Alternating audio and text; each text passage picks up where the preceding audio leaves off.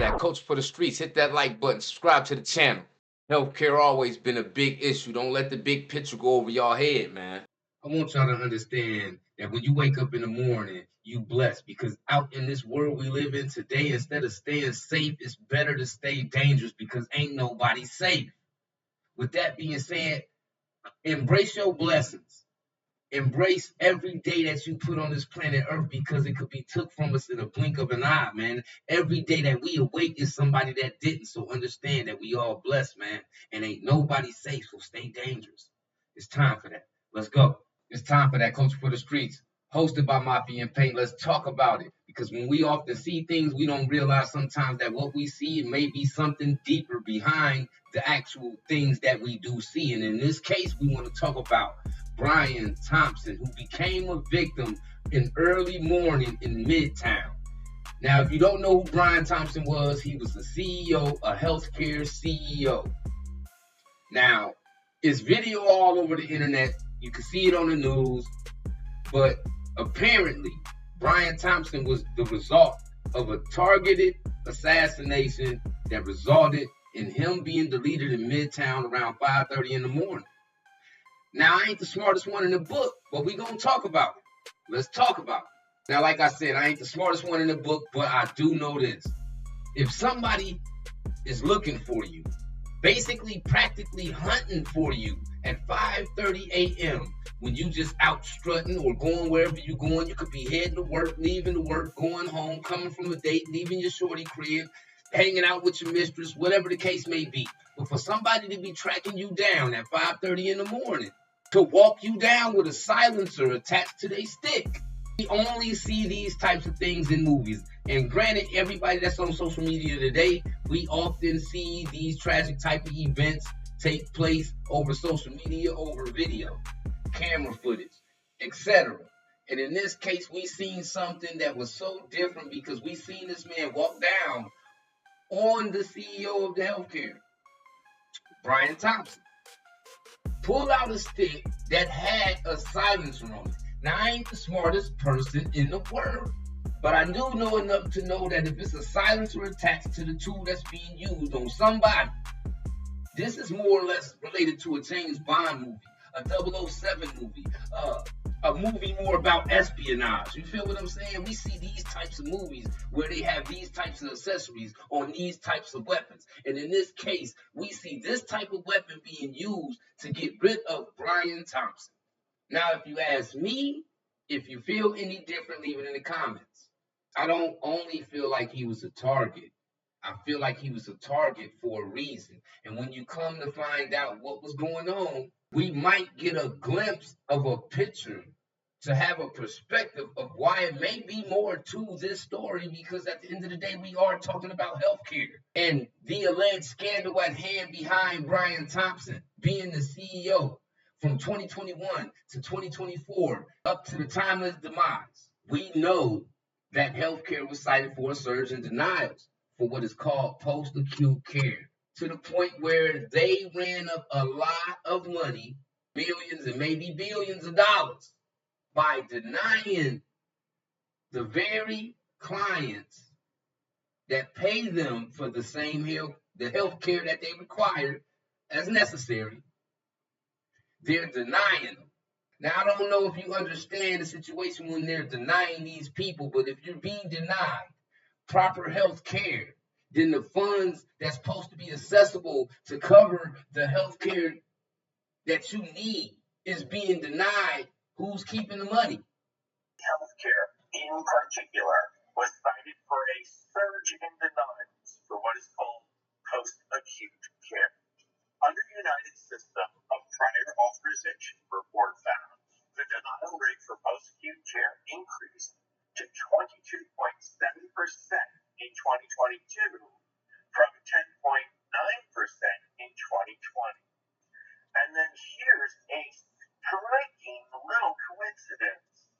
According to the Times, CEO Brian Thompson had been chief executive of the insurance division since 2021, overseeing a period of substantial profits. The division. You're denying tens and thousands of people who need the necessary health care. Wouldn't you think this would be a crime? Wouldn't you think that somebody is being treated unjust in this situation? Because at the end of the day, healthcare ain't free. It has to come out of our pocket. In order for us to have proper healthcare, we have to pay to obtain healthcare. So for this particular person to be allegedly part of a scandal where they're denying not just a handful of people healthcare, but thousands of people health care. And then we see a video of this man being deleted by somebody else that's apparently, you can see right here in this thumbnail, is smiling after the fact. This was premeditated. It was planned. It's a reason behind it. The condolences go out to Brian Thompson and his family, because when we lose somebody, it's never to make a mockery of, it's never to make fun of, but at the same time, there may be a bigger picture to this situation, because now we can understand that he may have lost himself. He may have expired due to the fact that his acts behind this scandal right here, where they denying people health care. Now, when you deny people health care, it's people in that people family, the loved ones of that family member, that may feel some type of way toward these healthcare companies. Now, if you don't understand what I'm saying, let's go back to the movie John Q.